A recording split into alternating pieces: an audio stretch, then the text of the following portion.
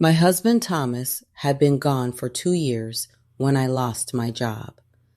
People assume grief fades cleanly with time, like a bruise that changes color and eventually disappears. But grief doesn't leave that way. It just grows quieter, more private. It learns how to sit beside you without announcing itself. Thomas and I had been married for 27 years. A steady marriage, not loud or dramatic, built on routines and shared glances across the room that said more than words ever could. We talked about children once, more than once, actually, but life kept interrupting those conversations.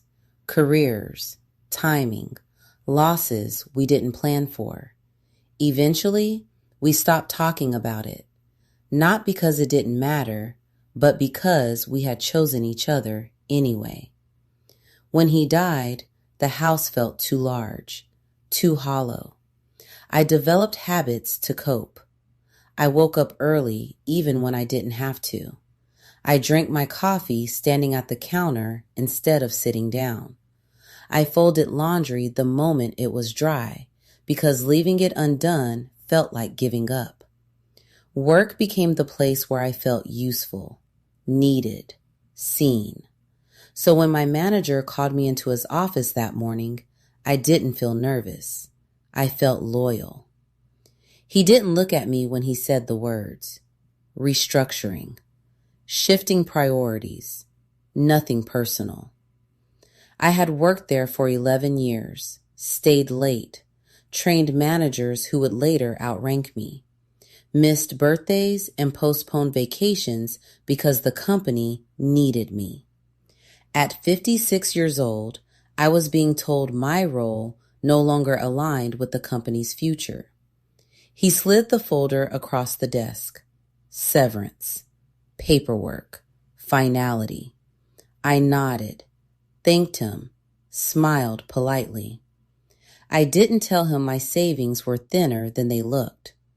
I didn't tell him this job had become my footing after loss. I didn't tell him I didn't have a backup plan. I walked out with my dignity intact because it was the only thing I still had.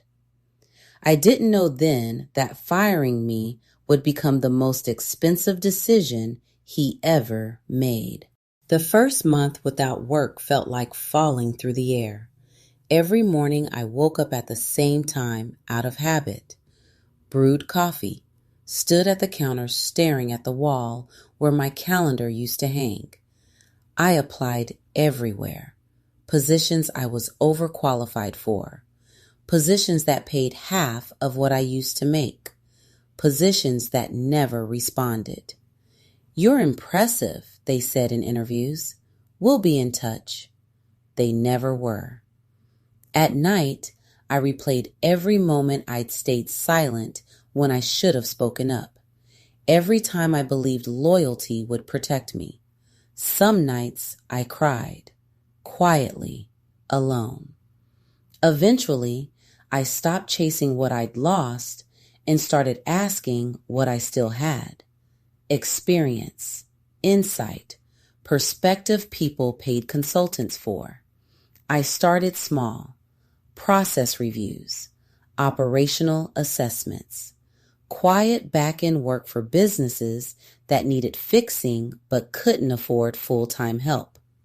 The work came slowly at first, then steadily, then consistently. The cafe near my apartment became my second office by accident. Same corner table, same order, same hours. And more often than not, there was a man seated by the window, always reading an actual book, never rushing, never glued to a phone. We never spoke, but somehow his presence made the room feel steadier, like not everyone there was running from something. On days my confidence wavered, I noticed him again. He stayed present, like time wasn't chasing him. I didn't know his name then, only that he reminded me what calm looked like. I met him properly on a Tuesday afternoon, the kind of day suspended between effort and exhaustion. He was already there when I arrived, seated by the window, sleeves rolled up, reading a book with a cracked spine and folded corners. Not scrolling, not rushing, reading. That alone made me notice him. I ordered my coffee, hesitated, then nodded toward the book as I passed his table. "That one stays with you," I said. He looked up, surprised, then smiled slowly. "It does," he replied. "Feels different every time I read it." There was no flirtation, just recognition. I gestured toward the chair across from him without thinking. "Mind if I sit for a minute?" "Please," he said, closing the book carefully. "I'm Evelyn." "John," he replied, his handshake warm and steady. We talked easily after that, about books, about how life rewrites itself when you're not paying attention. He told me he worked as a project manager for the city now, after years as a civil engineer. "I help keep things running that people don't usually think about," he said. "Infrastructure, long-term projects. The invisible work that matters most," I said. He smiled. "Exactly." When he asked what I did, I told him the truth, about starting over, about consulting quietly. "That takes nerve," he said. "Starting again when it would have been easier to disappear." No one had said that to me before. He told me he was widowed, simply, honestly, that his 2 children were grown and building lives of their own. At some point, I noticed something else. John never rushed to fill the silence. He let quiet exist. After years of meetings, explanations, and justifying my worth, that felt like safety. When we stood to leave, he didn't ask for my number. "I'm usually here on Tuesdays," he said. "So am I," replied. For the first time in a long while, I wasn't bracing for loss. I was simply present. The consulting work didn't explode overnight. It grew the way steady things do. One recommendation turned into a second contract. One quiet success led to another referral. And somewhere in the middle of all that rebuilding, Tuesdays became routine. John and I never labeled what we were doing. We didn't need to. Some weeks we talked for hours. Other weeks we worked in comfortable silence. Books and notebooks spread between us like we belonged there. He learned my habits before I realized they were habits. That I always arrived early. That I stirred my coffee longer than necessary. That I liked to sit facing the door. I learned his. That he read the ending of books first if he was anxious. That he folded receipts neatly before putting them away. That he listened without interrupting, even when he disagreed.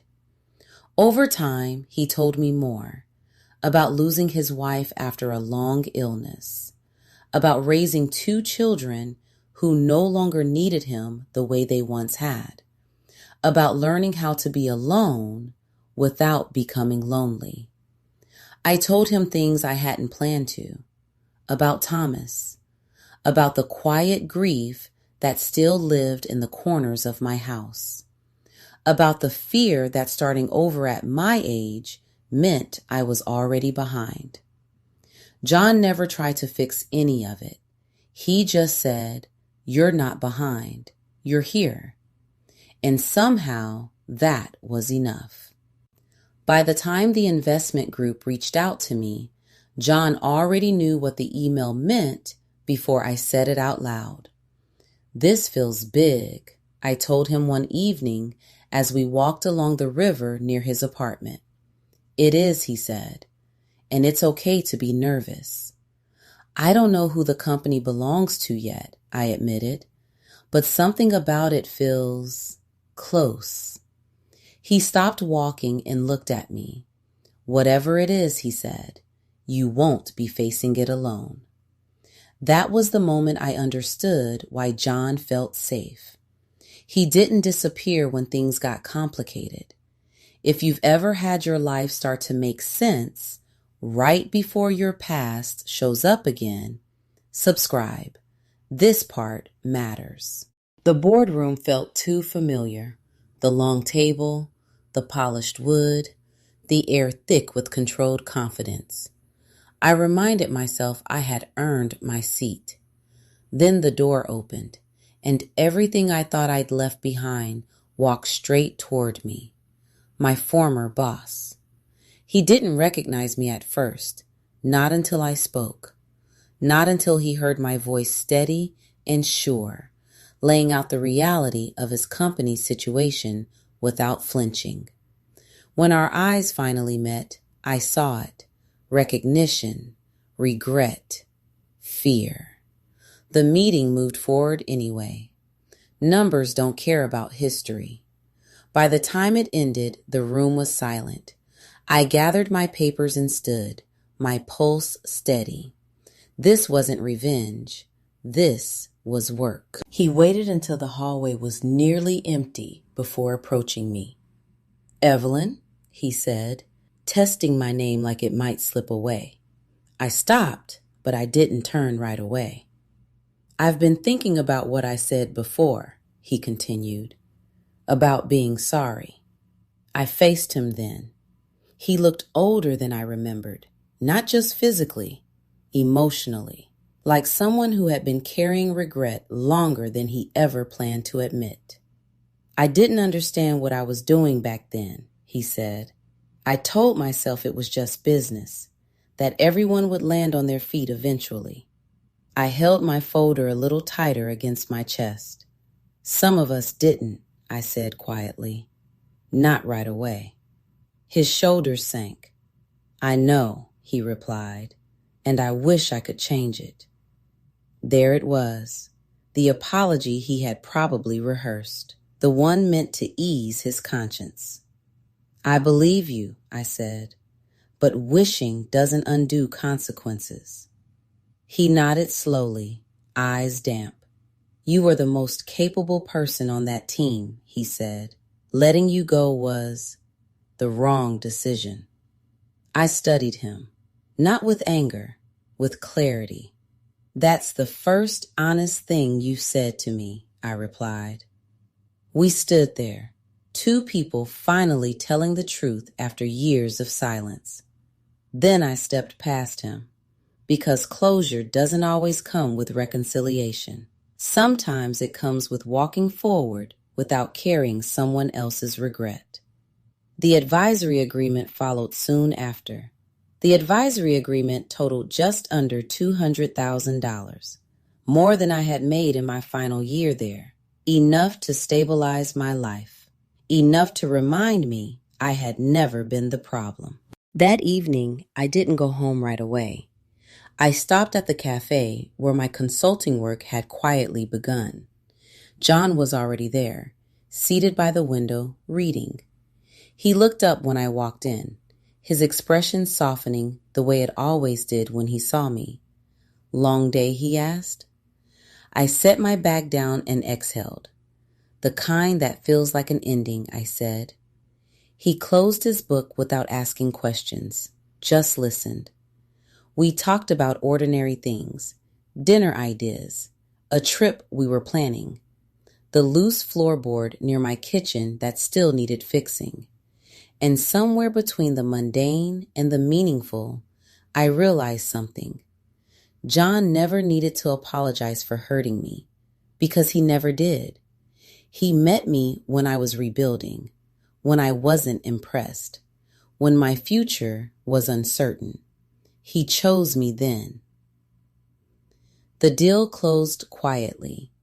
Weeks later, I saw my former boss one last time at the cafe. The changes worked, he said. I'm glad, I replied, and I meant it, because it no longer mattered. John arrived a few minutes later, Are you ready? He asked. For what? For whatever's next. Later that night, standing at my kitchen counter with a cup of tea, I realized something. I wasn't bracing anymore. Some people enter your life to teach you endurance. Others arrive to show you what peace feels like. And if you're lucky, you learn how to choose the second without guilt. I didn't lose everything when he fired me. I found the life that stayed.